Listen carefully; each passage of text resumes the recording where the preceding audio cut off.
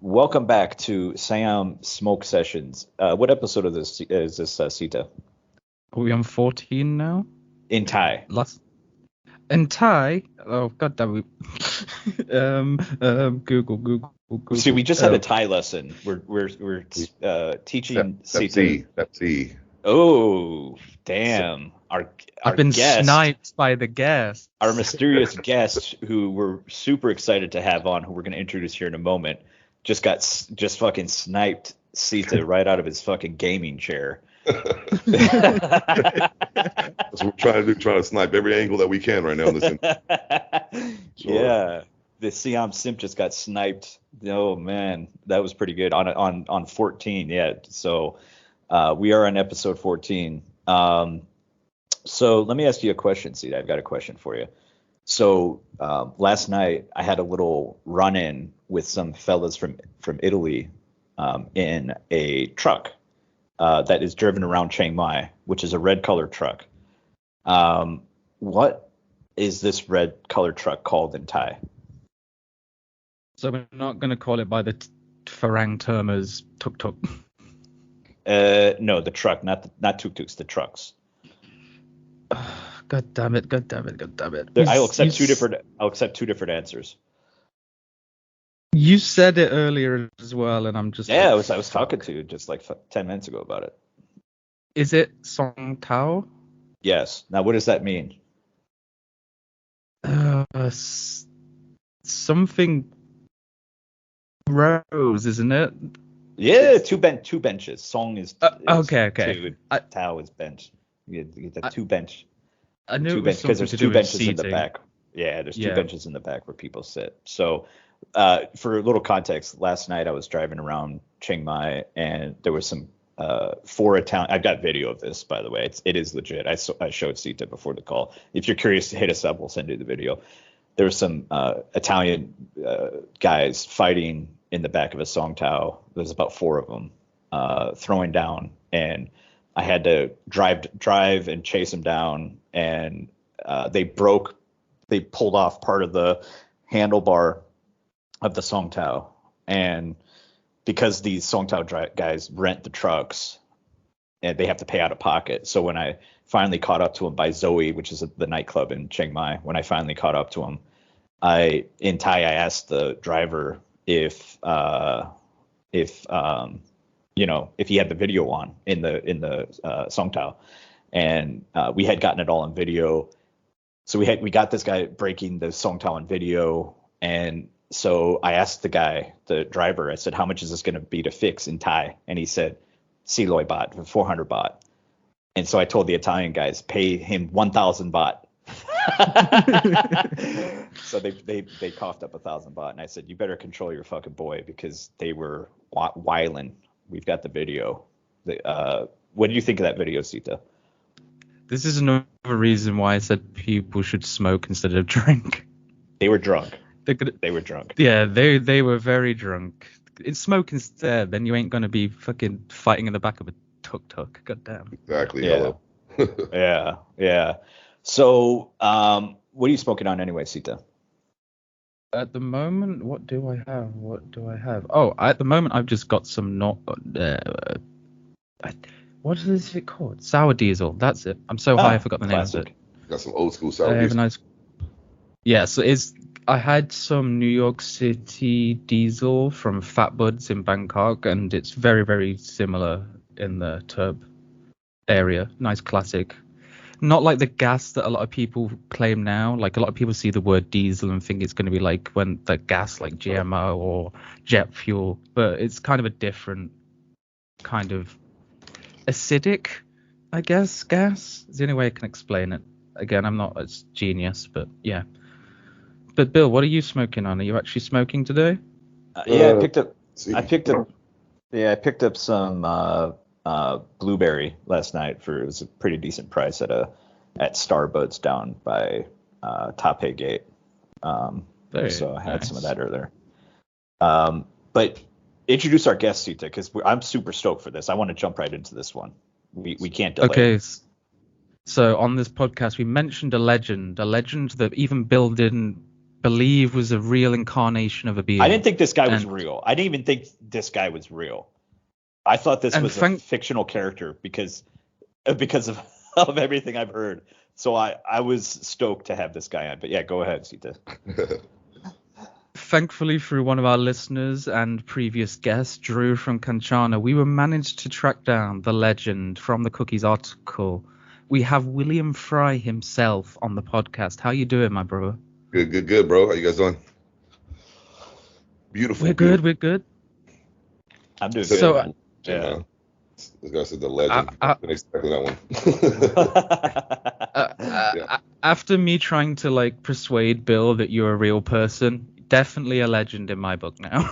Okay. So what was the concern? What was he saying as far as was I real? What do you mean as far as you heard the story? I'm guessing a little bit of the story.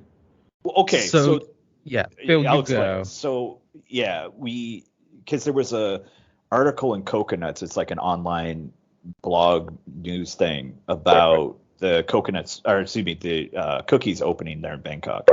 Right. So when that came out, at the end, there's like a paragraph describing William Frye, which is you, and just the way it was written was like, this is the way it was written. William Frye came to Pattaya to live the dream. He left his life in Northern California. He had a cannabis business called.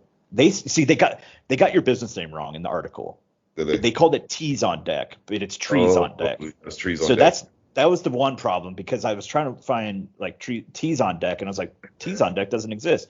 And so that's where I'm starting to be like, okay, is this guy real or not? But then now it makes sense, Treez, because we're talking about weed anyway. But yeah, and then it's describing how you came out. Berner, you met Berner. He signed your arm, and you got the cookies tattoo. There's a hell of a story behind everything. That's why I really want to spend the time with you guys to let you guys know. It also saves me the time as far as telling each person that I come across in life. I can always go back to the podcast. Hell yeah! Let's do it. Check it out. So we can start back. I'm very much real. 42 years old. I've been in the cannabis industry. Basically, if you really want to go down to from the time I started smoking, I consider myself in the industry as a young 13-year-old kid smoking weed, real young. Moved to California in 1997. I met a girl down in Arizona and decided to take a chance with her, and changed my life. Went out to California, got interested in the weed industry, come across a lot of entrepreneurs like myself nowadays. And it's just something that it's always like drawn something towards me. I always loved the weed industry. It was a lot of fun. And to finally have that like feeling of working for yourself, not having somebody over your back, having to be up at 7 a.m. when I'm going to sleep at 5 a.m. playing games all night, it felt good. I know that feeling. So I decided I did a lot of I was let's say we all start just selling weed, I guess, at a young age. I started doing, and I started going to a lot of underground cannabis shows in California.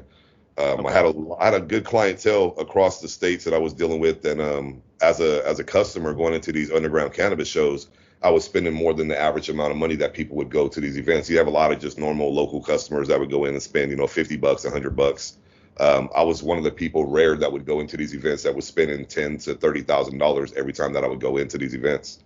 Damn. Okay. So in time, as me going into the events, I kind of built up a lot of relationships with a lot of different growers, vendors, themselves at these events. And it got to the point where when you would go to these underground cannabis shows, it would consist of about 500 people, 1,000 people. And the majority of the time, you have about 200 people lined outside waiting to go in as soon as the doors open up.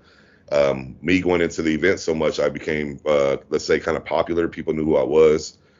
So I didn't really have to wait in line. I would just pull up. They would basically VIP me through the back door. I go in there, look at all the product people have. You have like 40 plus vendors in there that would be selling all kinds of different products. So I would get my hands on product like before anybody else got to come into the event. Throughout the time of me going to the shows, I started to think to myself, like, you know what? I'm doing all this business out of town and in town. Why don't I just get my own brand and get my own table going? And I decided to talk to a couple of the promoters that were throwing these shows, and they tell me, oh, yeah, if you want to come here and throw your own, you want to set up your own table, this is the amount of money that it would be, and this is what you need. So I started going to the shows and started to become accustomed as far as what it's like to be a vendor in these shows. About maybe 4 months into it, I decided, you know what? every time I deal with a different promoter, one day we're in this city, the next day we're in this city, the next day we're in the woods having a weed show, the next day we're by the beach, or it's like you're always moving locations. And I kind of found it a problem. It's kind of problematic is that a lot of the law enforcement were basically stopping a lot of these shows from going on. They didn't want it going on out there. They want to keep the legal cannabis industry just strictly indoors. Yeah. So during the events, I finally decided, after having my own vendor table, I decided, let me go invest in some property. I got a piece of property that was probably maybe 8,000 square feet. I decided to get the whole building done inside, put some air conditioners, got the bathroom up to date, got all the fire hazards, all this. I got everything nice in this building to do some cannabis shows myself. So I spoke to a couple promoters. They're like, hey, I know you don't got no vendors, but we'll let you use our vendors. And so I started using their vendors on a show that was on a Monday. So basically how the cannabis shows work is that everybody would have their own particular day. We would respectfully not step on each other's toes throughout the week, and everybody had their particular day. So, obviously the guy who has Friday or Saturday is going to be the most live show. Cleans up, yeah. So Mondays, I decided to take the worst day of the week because nobody was really doing Mondays. There was a small event in town that a guy was doing, but it was a matter of it was like maybe 40 square meters big. You only had like 6-8 tables in there. And we had heard that the event had actually been robbed. People had went inside the event and robbed the place at gunpoint with all these people. And as soon as that happened, in California, or it's in California, Sacramento at the time. So I decided, Sacktown, baby, 916's in the building. We decided to 916. 916. So I noticed that the show that had got shut down on Monday, that it was basically available at that point. Nobody wanted to go back to that building that these guys were doing the show in. So I started throwing a Monday show. I kind of was being from Louisiana. I was born in Louisiana. I kind of always had that like Southern hospitality. So the way that people would throw their shows in California was a lot different than the way that I approached it when I finally opened my doors to doing my own shows on Monday. I would take care of a lot of the vendors. When the vendors would pull up in their vehicle, I would have security that would go out to their vehicle, unload their vehicle, bring it all their equipment, everything, tables, chairs inside. I'd have people that would hand water bottles. Let's say if you were just a single vendor by yourself and you needed to go to the restroom in the middle of the event, I would have a person that would basically take your spot while you went to the restroom. So I did a lot of stuff that was kind of the way that I wanted business to be done to me, treat me the way that I wanted to be treated to other people. So doing that, I kind of made a lot of promoters start to notice that a lot of vendors, and not just vendors, but a lot of customers were kind of stopped going to the Friday show, Saturday shows, or they would start to come to my show. And I think it created some bad things because they were losing clientele in a way to say. The way that I was throwing shows was a lot more respectful, in my opinion, the way that I was doing things. And I try to be a John Lennon of the industry, let's say. So I try to bring everybody under one roof and say, hey, why don't we all be like a team here? And the world that we live in today, you can't really be a John Lennon, sad to say. And eventually I got pushed out of the industry in about, it was January of 2019 as Prop 64 went into effect. So I decided, at that point, I kind of walked away from the shows. There's another story behind me losing my building, which I'm not going to get into. There's a lot more behind it, but to focus on more of what the whole story, what's going on with me right now. The crazy part is I decided to go ahead and uproot and leave everything behind us. I left and decided, I think it was in February, I had booked a trip to come to Thailand, and that was during COVID and all that shit. So we had to get the vaccine. I didn't have the vaccine at the point, so I ended up canceling my trip. I went to Cancun, Mexico, and took a trip there instead. Well, when I came back from Cancun, I decided, you know what? Let me look back at Thailand and see if they lifted the restrictions, which at that time they actually lifted it, and I was so happy. I'm like, oh, I got to go back to Thailand again. I had went there came here in 2019 and fell in love with the place, the people, the food, everything. I don't know if you've never been to Thailand, anybody listening to this right now, it's a place of like a bucket list. You've got to come here. It's one place that you'll never forget for the rest of your life. For sure. It's definitely nicest place here. So I decided to go ahead and take a risk. I had heard on the day that was my wedding anniversary, actually was the day that they legalized cannabis here in Thailand on 6/9, out of all days. Oh, so you're never going to forget this day. Yeah, no, June I will never forget. This whole story right here that you guys are going to hear just from basically August. It's something that I feel like it's a movie, and they say, the world kind of just fits. The world turns into a certain way to make everything happen for you when you start to think positive. And I really, really can say right now, everything I'm going to tell you guys, that positivity is very, very real. The negative thoughts will stop you with your direction that you're trying to go. So let's see, we'll go from I decided to go ahead and book a trip in August. I had never missed a birthday for my daughter. My daughter's 16 and I have a daughter that's just turned 20 actually last week. I never Okay. missed a Christmas. I never missed a Thanksgiving. I never missed a wife's birthday. I never missed nothing. I've always been with my family. I decided, you know what, let me go ahead and leave and go see what's going on with Cookies. I heard Cookies was going to open up September 2nd. I booked my flight to come out to Thailand August 25th, and something had happened where I heard like, oh, it's not going to open up or something. I'm like, well, it's already too late. I booked my ticket. I got here on August 29th. I left. I left on August 29th, got here on the 30th to find out that the Cookie grand opening, after I booked a room in Bangkok for a week and a half, that they actually pushed the date back. And I'm like, okay, great. Now I'm here for September. And so I was supposed to fly back October 28th. So they basically they canceled the opening for September 2nd. Then it got pushed back to the end of November. Knowing that it was going to get pushed back to the end of November and my flight had to go back October 28th, I decided to extend my trip more and go to Vietnam to extend my visa, basically. Right. So I get back from there all excited, like, okay, well, Cookie's going to open basically the end of November. I could book my flight for maybe December 12th. So I changed my flight up. Once again, Cookies pushed the date back again. I'm like, great. So now my flight, I've done it, used all my visa up. I have to go back to the States at this point. So the time while I was here, I was doing a lot of research, talking to a lot of owners. I went to Superfan weed industry. I went and spoke with the guy down there, his wife and a co-owner, I think it's Mindy, her name was.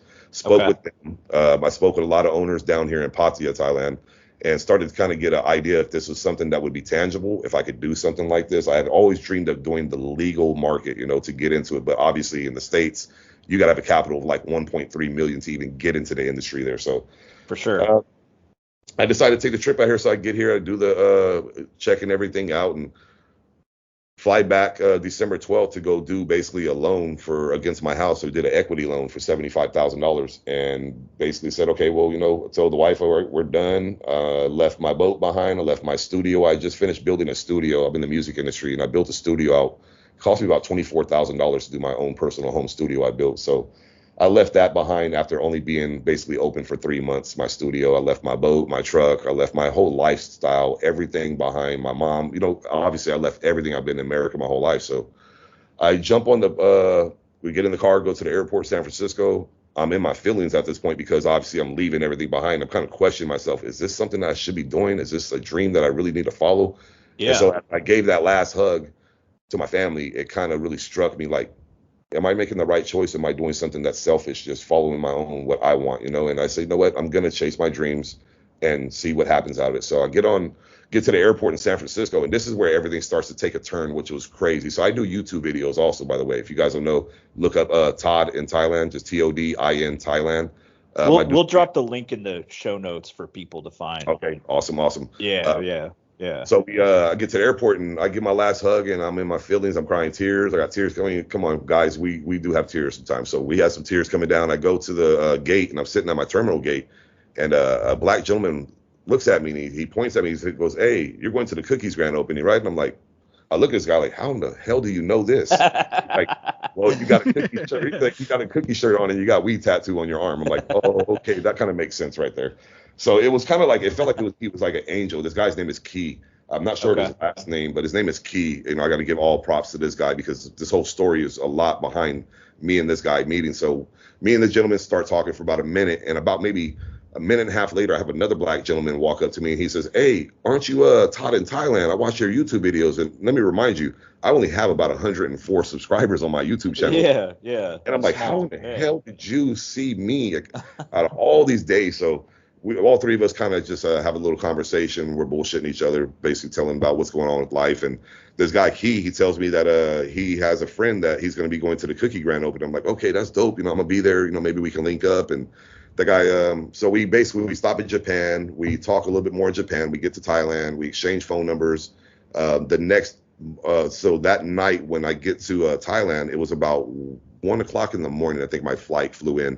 I met up with my girlfriend. We went and got our hotel situated, which I booked it right by the Cookie grand opening. It was basically like across the street kind of. Okay. So I decided, I put my bags up. It was about 2 a.m., 2:30. I think nothing was open for food. So we went to 7-Eleven, got some food, walked to the Cookie grand opening, or to the cookie store. And, I'm been a cookie fan forever. Not just cookie fan, I'm a Berner fan, to be honest.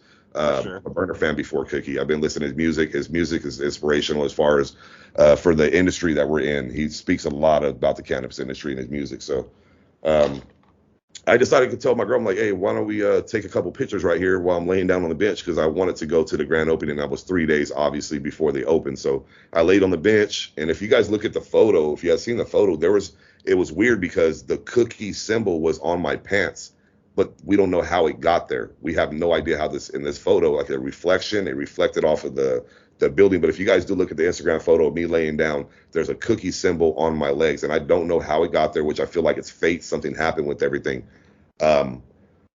So we get the photos, I posted, I tagged Cookies Thailand, and it went viral. The photo went viral like fast. Within like the next morning, I got like 300 something likes. I've never seen this many likes on my Instagram. So I'm noticing something's going on here at this point. We decide to get the photos. We go back to the room. I crash out because obviously I had jet lag, crazy. The guy, Key, he tells me, hey, bro, I want you to come over to my condo tomorrow. I'm going to have a meeting with my team, and I want you to come talk to him and meet him because he genuinely loved the story that I was telling him about my life. So I go the next day, sit down with Key. We talk. I go and walk in, smoke some bubble gum. He had like 15 different types of weed that I can pick from. He just like, pick whatever you want to smoke. And I really don't smoke a lot, not like I used to when in my younger days. So sure. Same me, dude. Yeah, it's not the same no more like it used to be for me. I used to smoke, I don't know, blunts. I haven't smoked a cigar in 3 years. I haven't done a dab in 2.5 years. Right. At this point, I'll light a joint, take 2 or 3 hits on it, and I feel like it's just enough for me to get a head change, and that's all I look for. It's just a little bit of head change. Bro. Yeah, yeah, same. So, say Key. So we go meet Key, and Key, right when I walk in, after we light the joint on the balcony, he says, hey, he goes, no pun. He goes, but I just want to let you know the truth. I'm going out to a little dinner with Berner tonight. I'm like, bro, don't tell me that. Are you serious? I'm kind of like, boss. I'm like, this is my idol, and this guy is just telling me that he gets to go with Berner tonight to go have like a little dinner. So you never met Berner before this? No, I hadn't. I had seen that. But you're a fan because like you've been following his music. You watch what he's done with Cookies, and like you just been, like you respect what he does. And then now you're in Thailand. This guy you met at the airport, you smoke, a little joint with him. And then he's like, I'm about to go meet Berner at dinner. And then what? Then at that point, I didn't really believe. And he says, hey, let me see if I can get you to actually come to this dinner.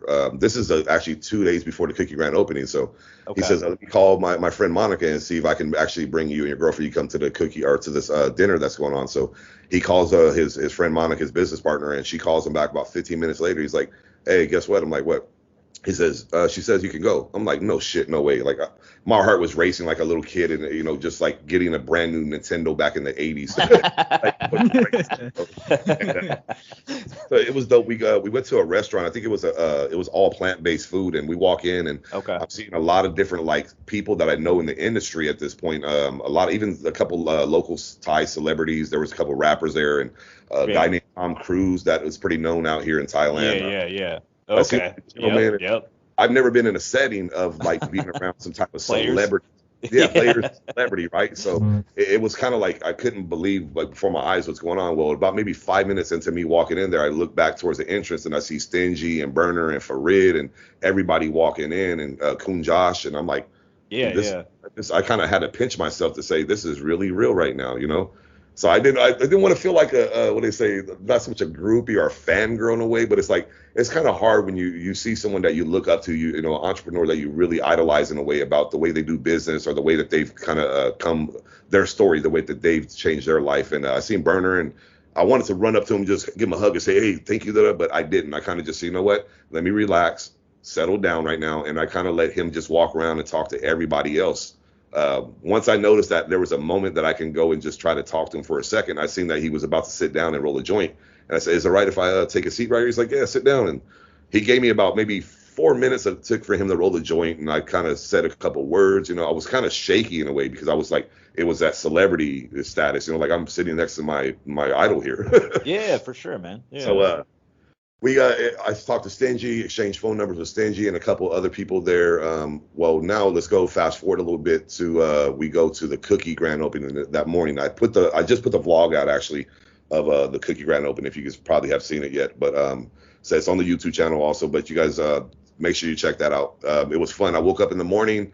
I was just kind of expecting just to go to this grand opening and just strictly get some video and maybe get a CD signed by Berner. I was just hoping for the most simple thing. Right. We go to Cookie grand opening, and I'm talking to everybody, getting my videos, trying to work on my vlog. And there's a guy by the name of Joe. He runs the Cookies Thailand page, and I didn't know I didn't put a face with it until later on in the day. I had some gentleman just come up to me. He walks up to me, touches me on my shoulder. He goes, "Hey, you're invited to a dinner." And I'm thinking, I think this guy is just some Asian guy that's telling me to just go into his restaurant over here. Maybe he's trying to like make some money from me or something.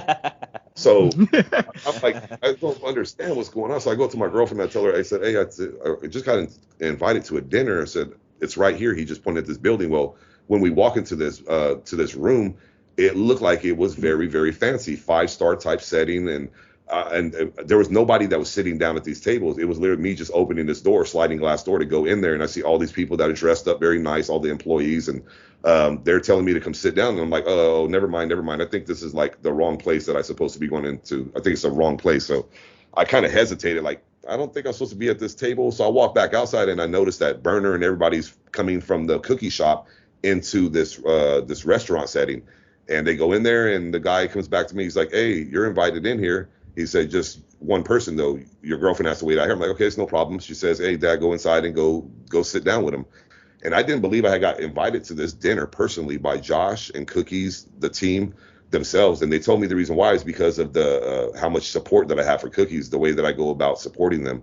And I do that not just for Cookies. I do this for everybody in my life, my friends, my family. I do much as I can. Yeah. So I get invited to go into this dinner, and sitting at this table, I was kind of questioning life, I guess, in a way. Like, why am I, out of everything that I just went through the last 5 months of all these obstacles, why am I sitting at this table? Well, we sit there, we have dinner. A lot of networking happened while I was in that room at that time. I decided to go back outside, and I went to go thank the guy named Joe for inviting me to this dinner. And I told him my story a little bit for a few minutes. And he says, "You know what? I love your story. Here's a pin." He gave me a little cookie pin to put on my shirt. He's like, "I want you to go inside right here. You're going to go into the VIP. There's free drinks, food." And I'm like, he's like, "Berner and everybody's in there." I'm like, "No shit." I'm like, "No way." And at this point, it was funny because I never had went into the cookie grand opening upstairs because I felt that I was already there for 3 days before the cookie grand opening. And I kind of wanted to be the last one of the day that was going to be the shopper. As much as I kind of put it in the social media as I was the first one there, I wanted everybody else just on just being a Southern hospitality. It's like, I'm gonna let you guys go into the event first. I'll be the last one. So I held back and didn't go into the event until late that night. But I got invited to this VIP room where everybody was in there. I got to sit down next to Berner, was smoking a joint with him. I was rapping his music with him. It was just surreal. Like I saw that video. Yeah. So at that moment of my life, like it's like it was so big that it was amazing. It was amazing. I still can't believe that it happened. I really I can honestly say I watch the Cookies video every day on YouTube just because I still don't believe it to this day, even though 8 days later, I think we're at now. But so for being sure. My favorite number is 22, and I found all of these numbered things hella weird. So when I get to the hotel, when I flew in, I go check in, and they put me on the 22nd floor, which is odd because Cookies grand opening is on the 21st, and my birthday is the 22nd. Okay. That night after Cookies grand opening, after we went to the VIP dinner and the VIP room and drinking with everybody, hanging out, I go out for my birthday that night, and we go to it was a restaurant in Bangkok.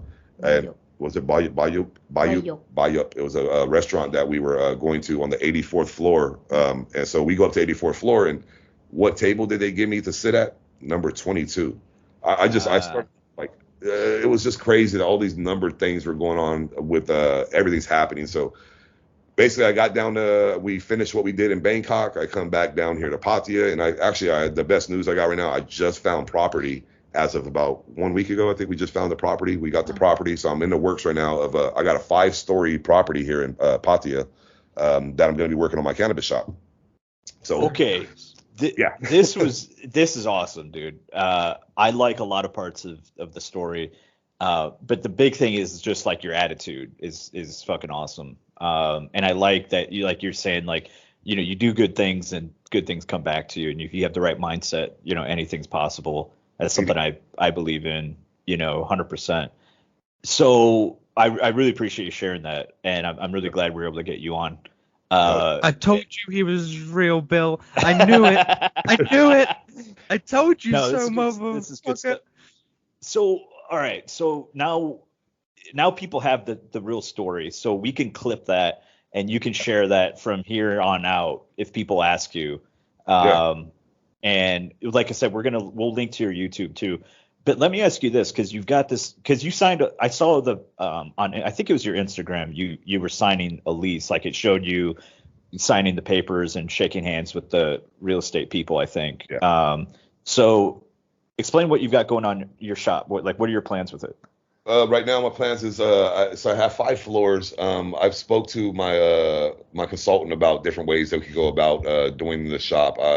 Basically, my entrance is it's gonna be like, since it's trees on deck, I want to have it more or less feeling like you're in a jungle in a way, not jungle, but say just more of like a green type of feel. Okay. I have the first floor. I have a lady that makes smoothies out here that I fell in love with this, and I kind of wanted to do something great for this woman that I've been buying smoothies for the last 4 months from her. And I thought, I'm not sure what she makes exactly, but I decided I want to make a smoothie shop on the front of my shop to where people who are walking by can order a smoothie or maybe a coffee. And I was going to give this lady 50% of all profits from basically selling coffee and smoothies. And I'm sure 50% is way more than what she makes hourly or a salary where she works now.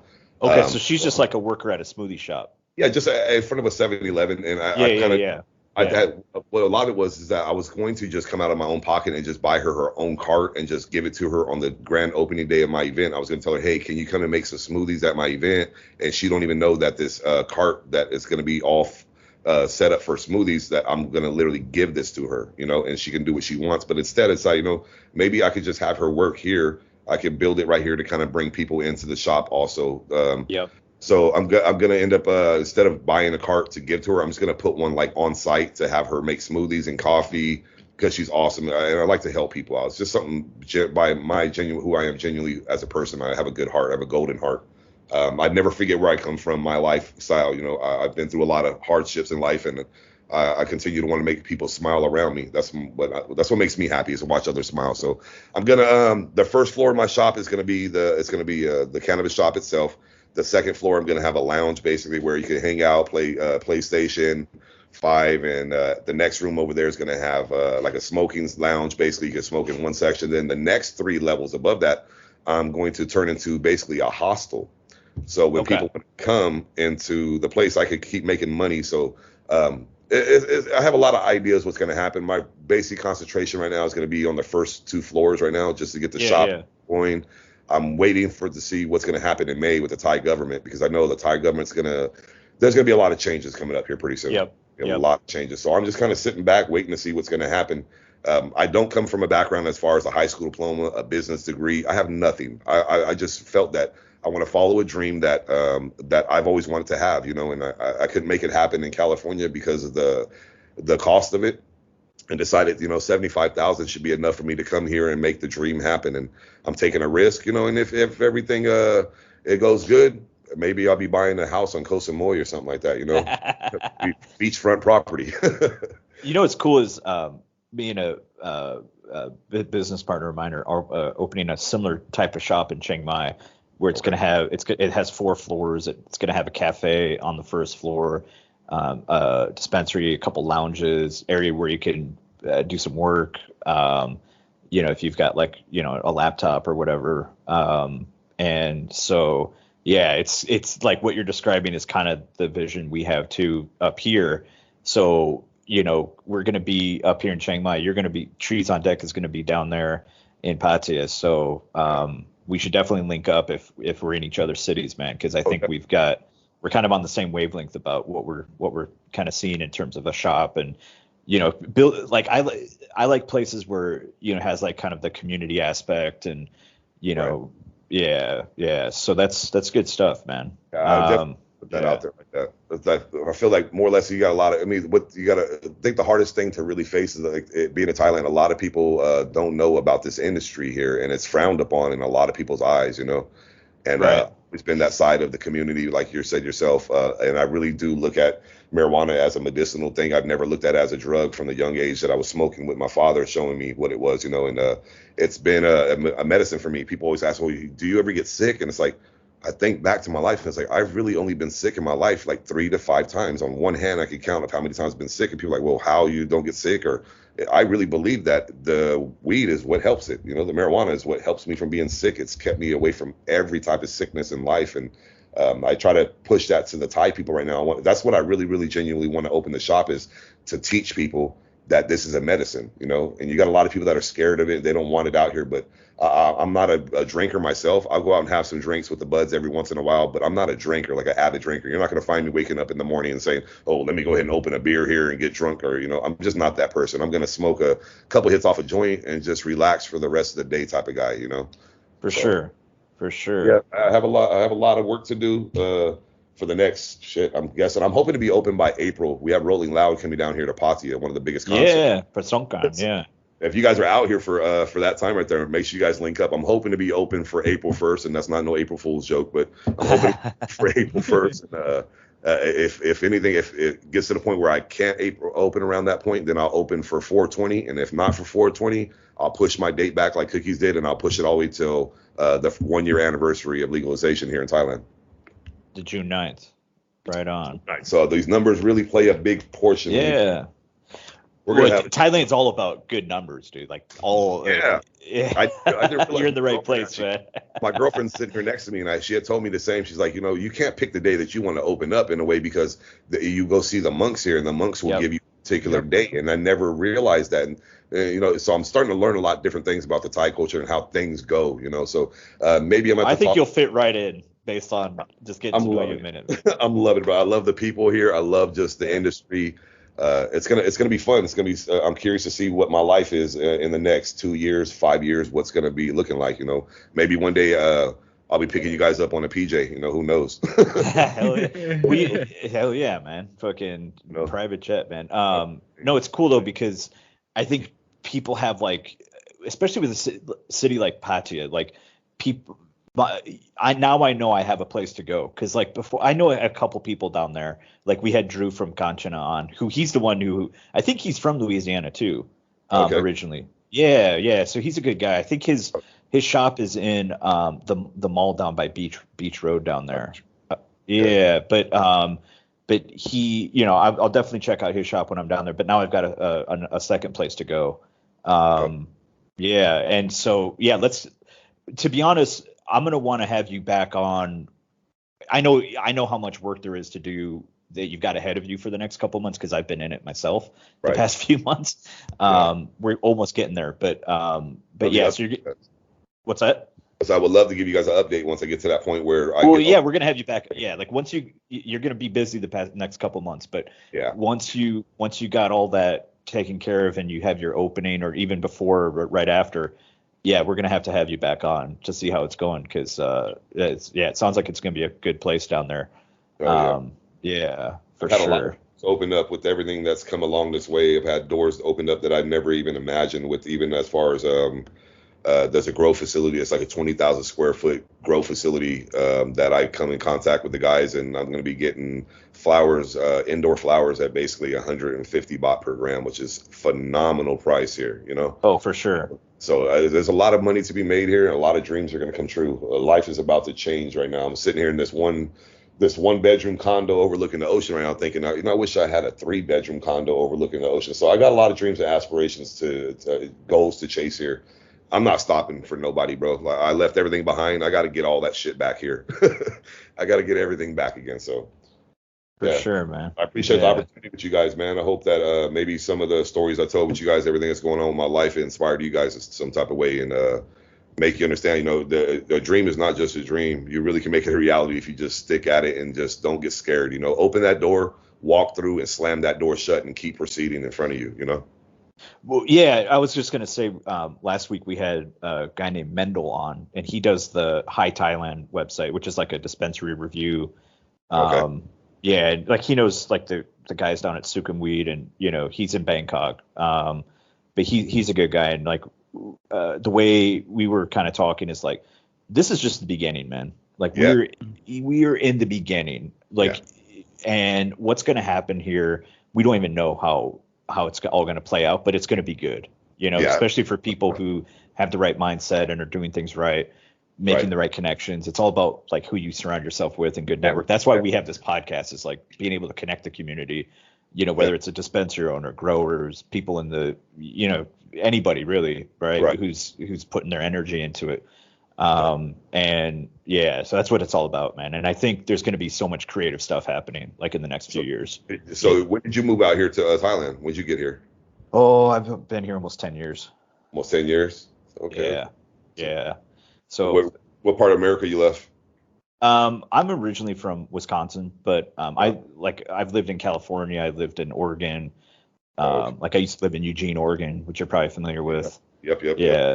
Yeah. Gene, you're a cheesehead though, so I know. Yeah, I'm a cheesehead. Are you a Packer fan? You a Packer fan? Oh, of course, man. It's religion. Okay. You guys ready for that Super Bowl? I gotta stay up. I gotta stay up till 6. I gotta be up at 6 a.m. to watch the Super Bowl. That's crazy to think about it that way. In a way, I gotta be at 6 watch the Super Bowl. I want to know how many people I can piss off with this phrase though. Go Birds. Go Birds, huh? I'm a diehard Eagles fan. Okay. I can't hate on that. I'm a Saints fan. I've always been since a child, basically. So when we lose, I'm one of those guys that when we lose a football game, do not call my phone, do not text me and tell me, because I will basically block your fucking number at that point. Do you remember Super Bowl 31? Green Bay Packers versus Patriots in New Orleans. Oh yeah. I remember that one. Yeah. When Brett Favre won, that was that was a good year right there, football, bro. Dude, that was very good year. Yeah, down in your city, man. Down in New Orleans. New Orleans, yeah. I went to Super Bowl. I don't even know what number it is at this point. I went to the first Super Bowl when it was in Arizona back as a 15-year-old kid.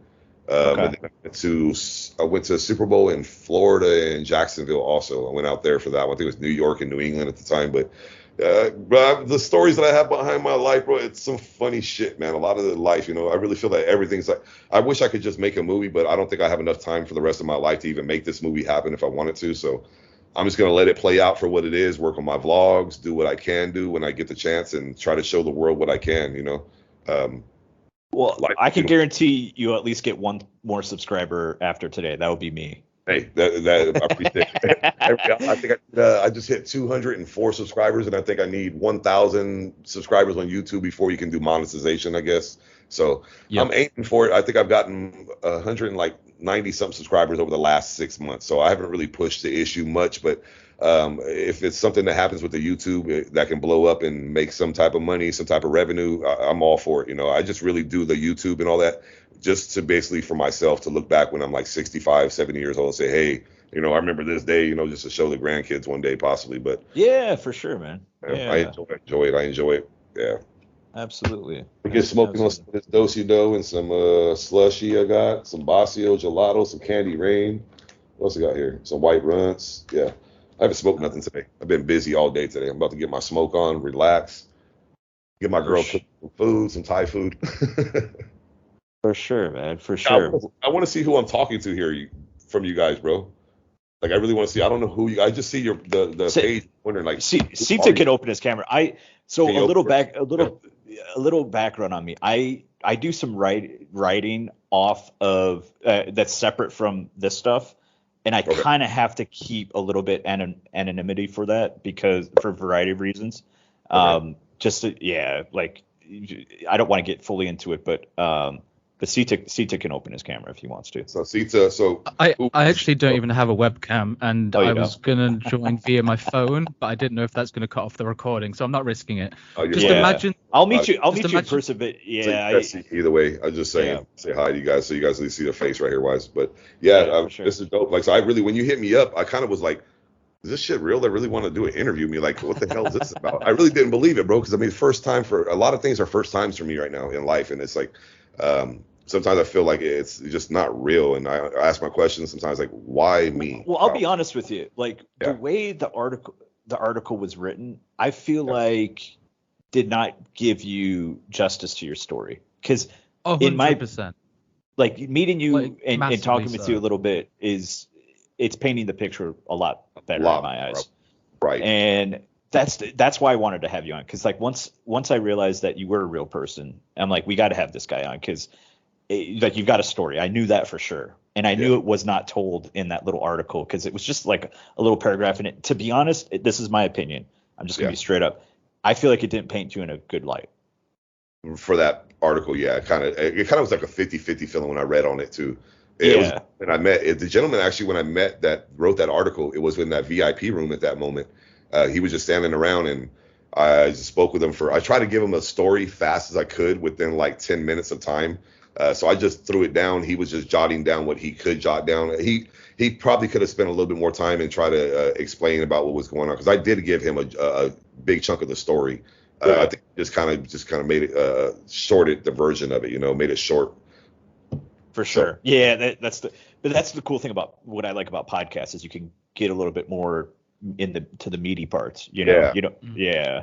It's you guys saved a lot of time, because I was going to go to the beach and go put the camera at the beach and just sit here and do the whole story and put it as a vlog on there. But I might actually just end up putting this out there just to save me the time also. I recorded the whole conversation on my phone right now, so I'll probably just transfer the audio over and just do the same thing, editing myself. I'll say this, once we have the shop open, we're going to set up up in Chiang Mai, we'll set up like a video studio more. Okay. Yeah, and so it's just right now we're just doing the audio, but something like that, like 100%. Like, when are you guys aiming to open? You guys have a opening date or anything in mind?